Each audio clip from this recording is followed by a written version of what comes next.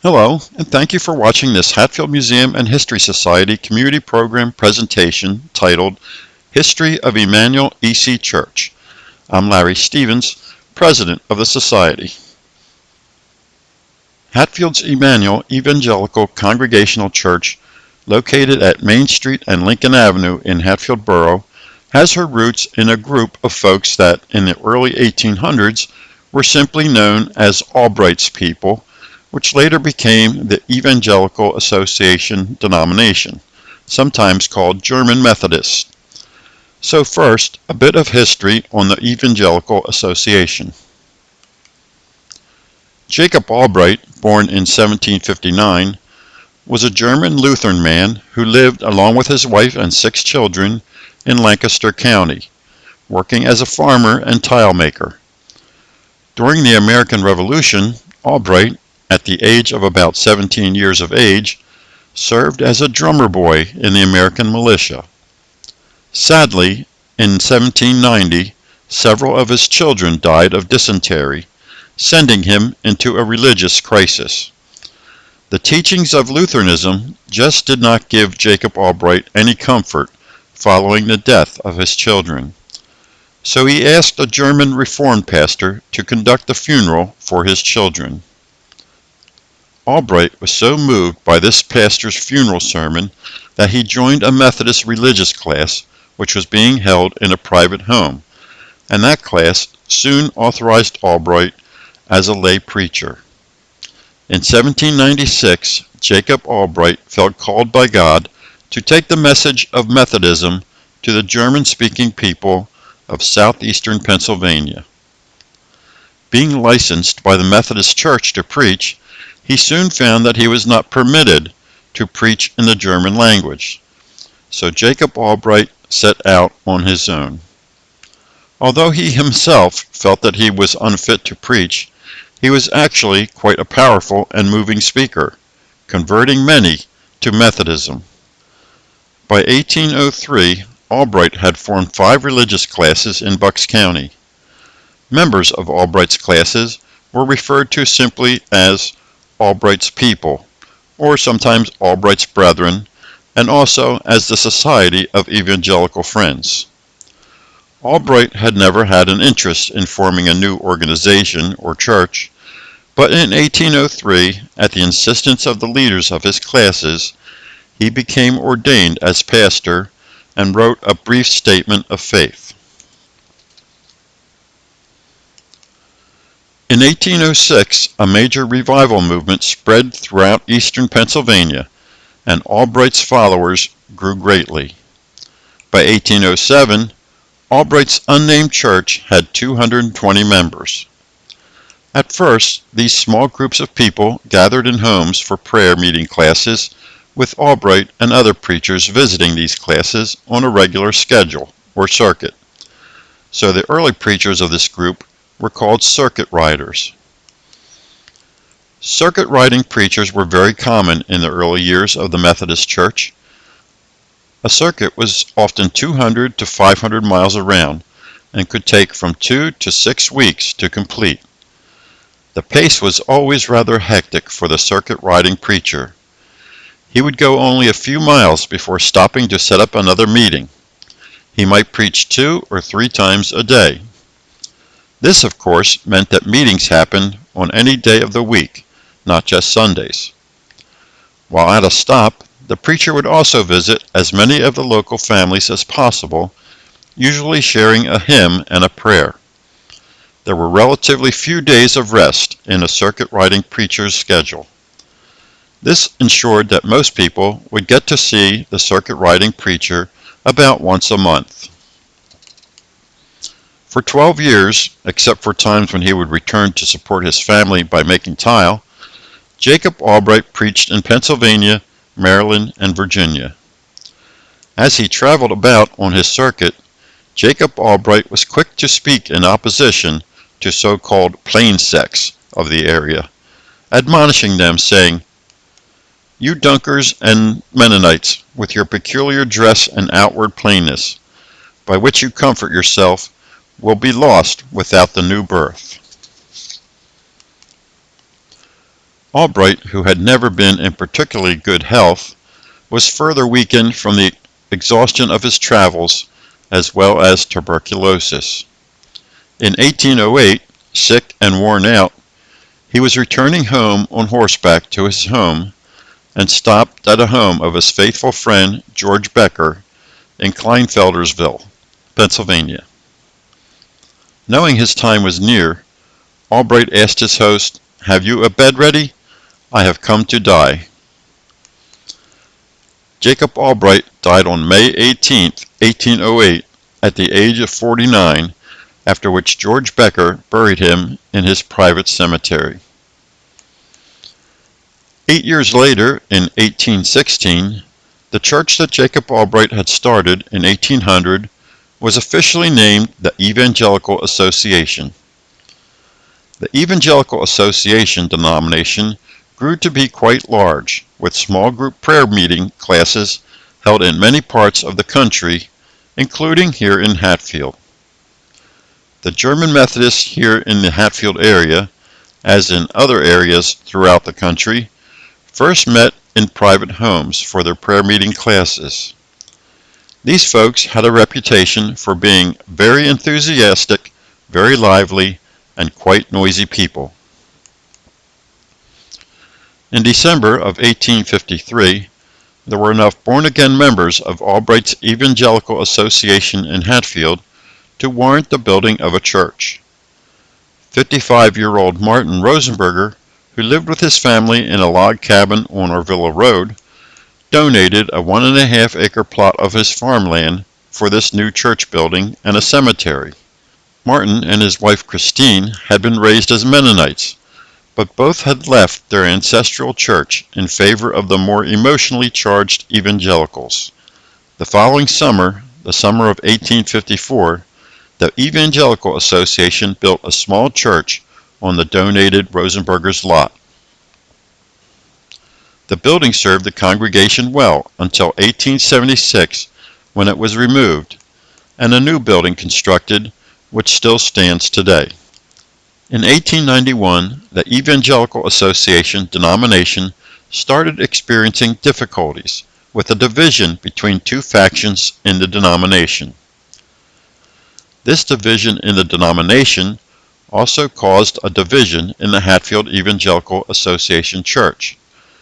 For a number of years, even though they had their differences, both groups continued to use the Orvilla Road church building at different times. That changed, however, in 1894, when, according to a newspaper article, one group, the majority group, was deprived of the use of the building. The article didn't elaborate, but perhaps they were simply locked out.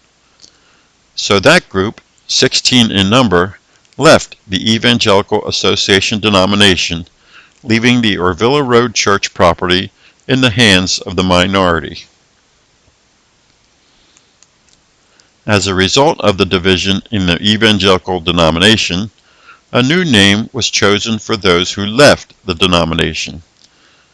This new denomination was known as the United Evangelical Church. The members that left the Orvilla Road Church soon constructed a new house of worship on Cowpath Road in the village of Hatfield. This was 3 years before Hatfield Borough was formed. The new United Evangelical Church building was dedicated during services on Sunday, February 3, 1895. The new church building was described in one newspaper account as a solid one-story brick building, 32 by 48 feet, with pulpit recess and vestibule, and a cellar under the whole building. It has a hip ceiling being 17 feet in the clear, with brackets finished in the hard wood, making it substantial and ornamental. The furniture is neat and comfortable, and in brief, it is a place where body and mind can, unhindered, dwell upon spiritual things. A large-sized novelty heater in the cellar is sufficient to heat satisfactorily in the coldest weather. The cost of the church, including the lot, is about $1,900, towards which there has been subscribed and paid about $1,400. the balance will be provided for in the near future, it is hoped.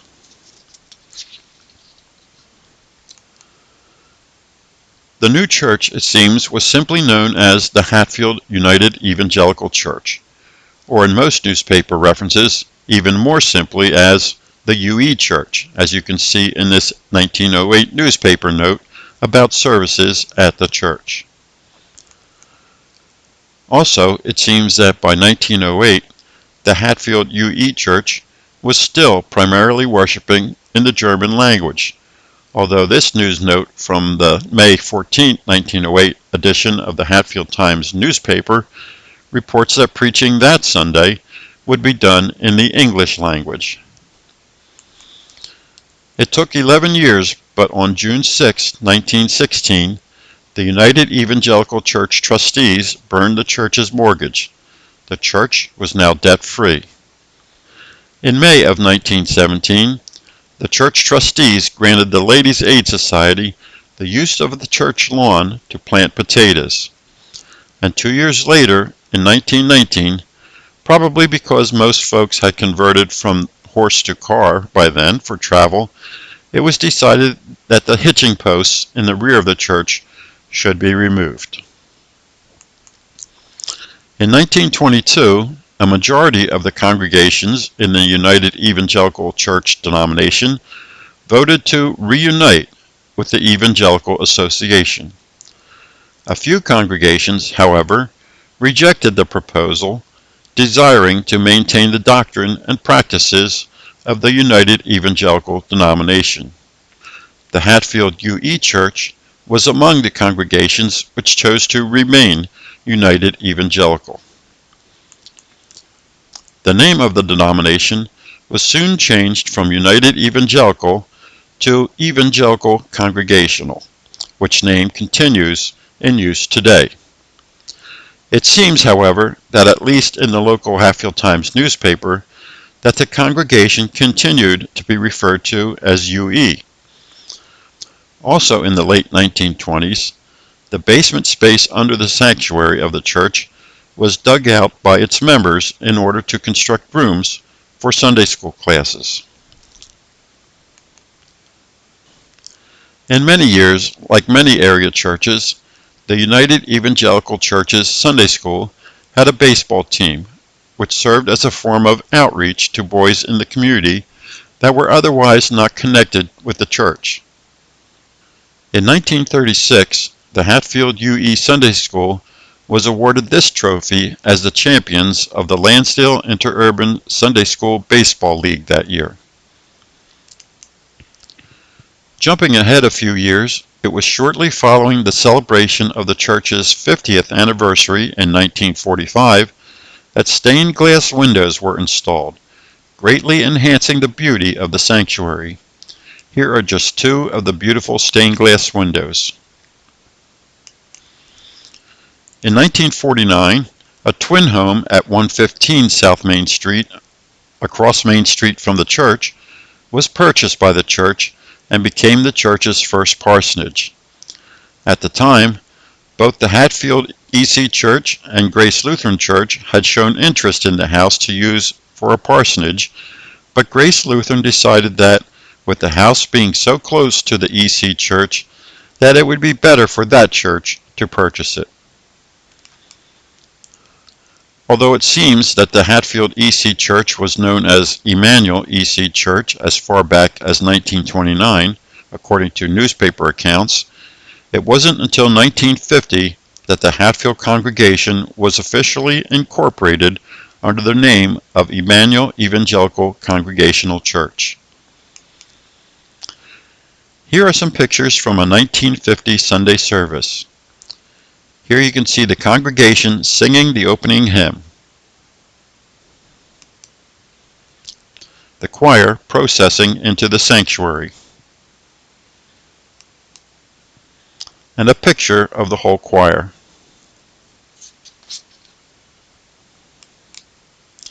Ever since its formation in 1895, the church has shared ministers with other area EC churches.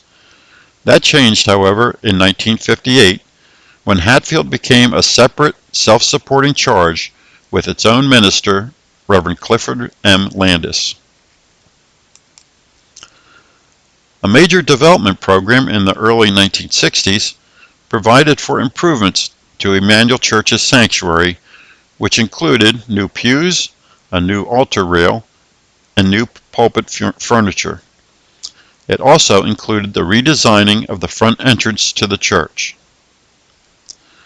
In the E.C. denomination, pastors are appointed every year at the annual conference. For many years, the average tenure for a pastor at Emmanuel Church was only about 3 years. That changed in 1971 when Reverend Gregory F. Dimmick was appointed to begin his pastorate at Emmanuel, where he continued as minister for 33 years. That, of course, is his wife Roberta, Bobby Dimmick, and their son Mark. Numerous improvements to the church building were completed in the 1970s, both inside and outside, including the paneling and tiling of the basement Sunday school area. Through the 1970s, there was gradual but steady growth in church membership and attendance, and along with the growth came new ventures in ministry, including the annual Missions Weekend and a Junior Missions Society. Emmanuel had, for many years in the past, participated in the young people's movement known as Christian Endeavor. Through the years, the church was active in activities of this organization on both the local and county level, including regular participation in county Christian Endeavor retreats and hymn sings. During the decade of the 1970s, Emmanuel began holding Ash Wednesday, Easter Sunrise, and Rural Life services, as well as Christmas Eve services. Back in those days, there was no shortage of babies in the congregation, and Pastor Dimmick would always hold one of them while giving his Christmas message. Also during the 1970s, the Hatfield Community Lenten services were begun. In 1975, the Emmanuel congregation was informed that the church was the beneficiary of the Ezekiel Ralston estate, being blessed with a rather sizable financial bequest. Although Ezekiel Ralston and his wife Mary had lived in Florida in their later years, they apparently fondly remembered their time worshiping at Emmanuel Church when they lived in Hatfield Borough. 3 years later, in 1978, with the continuing growth of the congregation, a feasibility committee began to explore solutions to the growing church's shortage of space. Early in the discussions of a possible building expansion, the question was raised as to whether the congregation should remain in Hatfield Borough or move to a larger property somewhere else, since there appeared to be little hope of additional space becoming available for church expansion. At that time, a unanimous decision was made to remain in Hatfield Borough, with the sentiment being that God had a purpose for the church in that spot in 1895, and that purpose had not changed, namely, being a witness for the gospel in the center of town. After the decision was made to remain in the borough, the church's planning committee and later the church's building committee set to work planning a new addition for the church. In the spring of 1981, the Gerhardt family, residing at 20 West Lincoln Avenue, directly behind the church, offered to sell the church their home in an adjoining vacant lot. The church accepted the offer and purchased both lots in the early summer of 1981, greatly increasing the church's property holdings. The Gerhardt house underwent second-floor renovations, after which it became the new parsonage, and the old parsonage at 115 South Main Street was sold. Also in 1981, Emmanuel Church started a food cupboard ministry to provide groceries to those in need. The ministry started very simply with bags of food put together and left on the parsonage front porch to be picked up by the person in need. These events proved to be a prelude to the greatest project undertaken in the church's history, the construction of a two-story addition to provide for Sunday school classrooms and a fellowship space. This addition was completed and dedicated in September 1983. The fellowship hall was named Ralston Hall in memory of Ezekiel and Mary Ralston, whose bequest 8 years earlier, in 1975, made the room possible. This much-needed addition proved to be invaluable in the furtherance of the church's work and ministry. This photo shows Pastor Greg Dimmick standing at the left, church head trustee Gary Haig in the middle, architect Glenn Ritter on the right, and a state inspector is seated who is approving the new addition for occupancy. Attendance increased through the 1980s, and so did the number of children and youth. Emmanuel had always enjoyed good music, and the 1980s saw the formation of children's choirs. Reactivation of a youth group followed, as did the creation of kids clubs, with an emphasis on community outreach. The year 1985 saw Emmanuel Church celebrating its 90th anniversary. This photo shows those that had been members for 45 years or more. They were, left to right, Ruth Gottschall, Blanche Maurer, Esther Crum, Leona Strauss, Viola Pimer, Mary Kriebel, Grace Barnes, Roland Barnes, Harry and B. Finnemeyer are standing in the back, and Ruth West is sitting in the front. In 1987, several members of Emmanuel were instrumental in the forming of Layman Playman, a community theater group. Much of the group's proceeds go to benefit the Hatfield Pastors Fund and various other community groups, which helps those in need in the community. And a number of Emmanuel's members have actively supported the Hatfield branch of the Needlework Guild of America, now known as the National Giving Alliance, who provides clothing and other essentials to those less fortunate. Jumping ahead to 1995, Emmanuel Church went all out for its 100th anniversary with a centennial banquet held in the Hatfield Firehouse Banquet Hall. Emmanuel's pastors in attendance were, on the left, Reverend Ron Miller, Reverend Greg Dimmick, Reverend George Lewis, and the Reverend Robert Gockley. There was lots of great music and singing, with church organist Trudy Mooreshead on the piano. Bob and Esther Crum are ready to enjoy a wonderful meal prepared by the Hatfield Fire Company Ladies Auxiliary. This photo of Emmanuel longtimers includes, from left to right, Esther Crum, Bill Kriebel, Blanche Maurer, Jim Schaefer, Joan Horn, and Marion Shoemaker. In 1997, the property just south of the church on Main Street, owned by the Stern family, became available. The church purchased the property and in August of that year had the house demolished. This photo shows demolition beginning on the back of the old house. And I like this photo because it gives us a good idea of what the old house originally looked like when it was built in the late 1800s, before the addition to the left end was built. And it wasn't long before the old Stern house was gone, providing the church with much needed open space. This made almost the entire corner of Main Street and Lincoln Avenue a part of the church's property holdings, and would provide for any needed future expansion.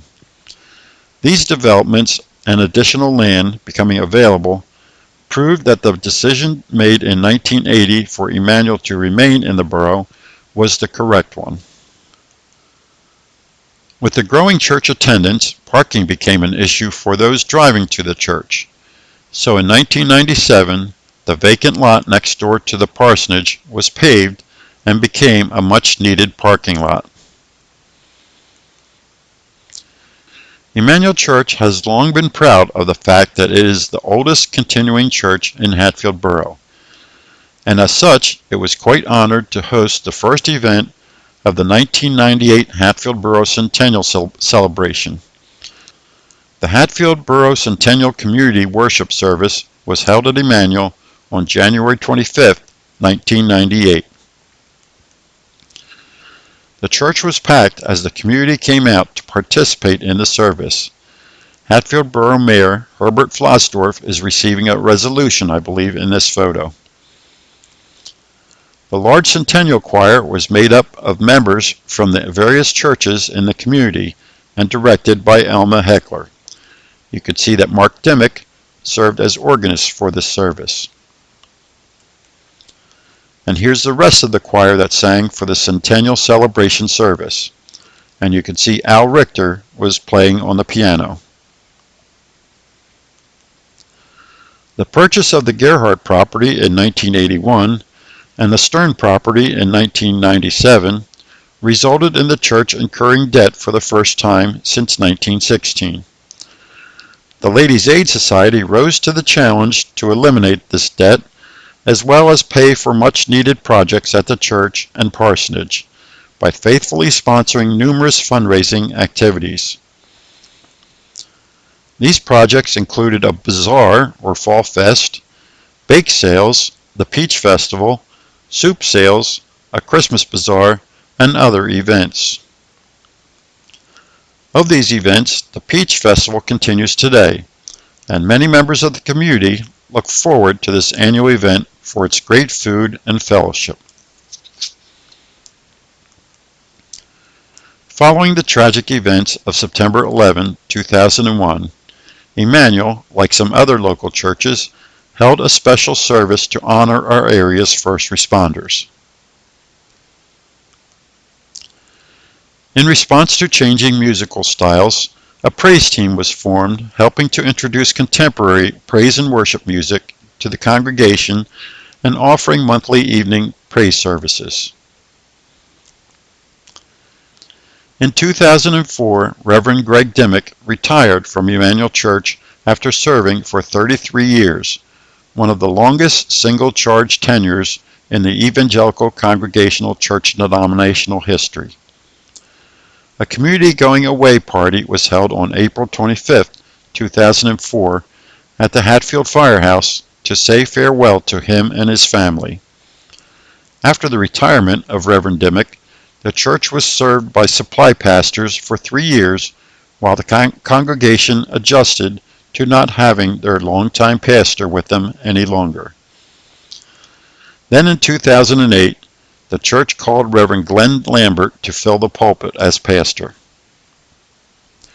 New opportunities for the church arose in 2008 when church member James Schaefer left his entire estate to Emmanuel.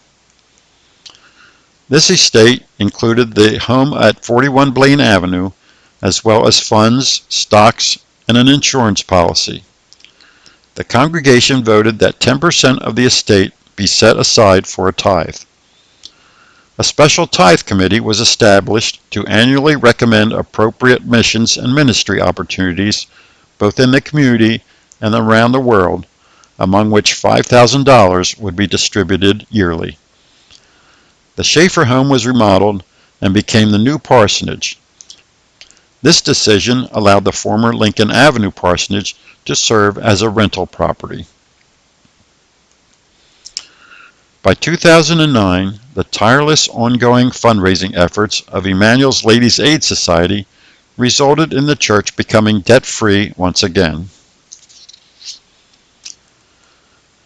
The challenges created by the nation's financial crisis of 2008 to 2010 continued to impact Emmanuel Church's budget through 2013, necessitating the withdrawal of savings funds from the Schaefer estate to pay church expenses. And then, in September of 2013, the church congregation was stunned by the revelation that their treasurer had been embezzling funds from all church accounts, including the Schaefer estate, the tithe account, and the main treasury. These funds were embezzled over the previous 14 months, with over $90,000 being taken. This left the church with many unpaid bills and less than $10,000 in funds. Emmanuel was extremely blessed by contributions from its members, community members, friends of the church family, other EC congregations, and other churches in the North Penn area as it struggled to right its finances. Legal action was taken against the treasurer in late 2013, leading to trial and conviction in 2014, but no funds were ever recovered. The Lord placed this great emotional and financial challenge before the congregation, and its members rose to meet it. The Tithe Committee continues to function, distributing funds to local and global missions needs. In 2015, the trustees focused on 4 major projects: remodeling of the former parsonage on Lincoln Avenue into a rental property, converting the church heating system to natural gas, replacing the 120-year-old slate roof of the church and stabilizing the church walls, and selling the parsonage on Blaine Avenue. The sale of the parsonage on Blaine Avenue to Pastor Lambert and family helped to recoup some of the revenue lost from the 2013 embezzlement crisis, while also helping to pay for these major building projects. In 2018, with the food cupboard ministry continuing to grow to meet the needs of the community, upgrades were made to the church basement with the addition of ramps to improve access, triggering new Ramp It Up fundraising projects and community grant funds. In 2019, additional remodeling was needed for the Lincoln Avenue rental property. Unfortunately, low church attendance and budgetary constraints required the withdrawal once again of substantial funds from church savings accounts. In 2020, with continuing financial challenges, the official board and Pastor Lambert agreed that Emmanuel would move to a bivocational pastorate when Pastor Glenn found additional employment. This change took place in July of 2020. The 2020 pandemic, created by the COVID-19 virus, was another significant challenge for Emmanuel Church, as it was with churches across our nation. On-site church services were stopped in March due to safety concerns and didn't start again until June, when groups of 25 or less could gather. In 2023, after serving for 15 years as Emmanuel's pastor, Pastor Glenn Lambert resigned from the ministry, and later that year, Pastor Adam Roberts answered the call to serve at Emmanuel. With Pastor Adam's encouragement, the leadership of Emmanuel committed to go all in on efforts of church revitalization. Work was done to spruce up the building, both inside and out, giving it a fresh, welcoming look. And new events were planned in order to better reach out to the members of the community, both young and older. This included a monthly kids club outreach, a summer vacation Bible school for the first time in many years, a Christmas outreach program, and more.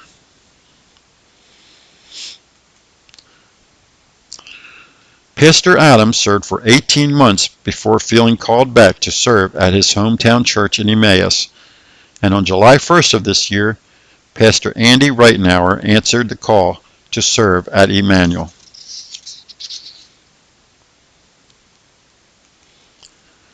Throughout her history, Emmanuel Church has provided training in God's Word through the efforts of dedicated teachers and leaders. 5 of Emmanuel members have gone on to enter full-time ministry. They are Reverend S.H. Heckler, Reverend Horace Kriebel, Reverend Raymond Kriebel, Debbie Stevens, and Becky Haig Owens. In the past, Emmanuel members have ministered in the community by participating in encounter crusades and crop hunger walks, and partnering with the Indian Valley Hospitality Network, providing meals and fellowship for homeless families. The Food Cupboard Ministry, started in 1981, continues today, having expanded greatly over the years, and under the directorship of Janet Haig, presently provides food to over 80 families each month who struggle with food insecurity. As it celebrates its 130th anniversary this year, Emmanuel Church, the small church that prays, continually strives to remain a vital part of the community, seeking ways to join God in His work in the community and the world. Well, I hope that you have enjoyed this look back at the 130-year history of Emmanuel Evangelical Congregational Church. Thanks for watching.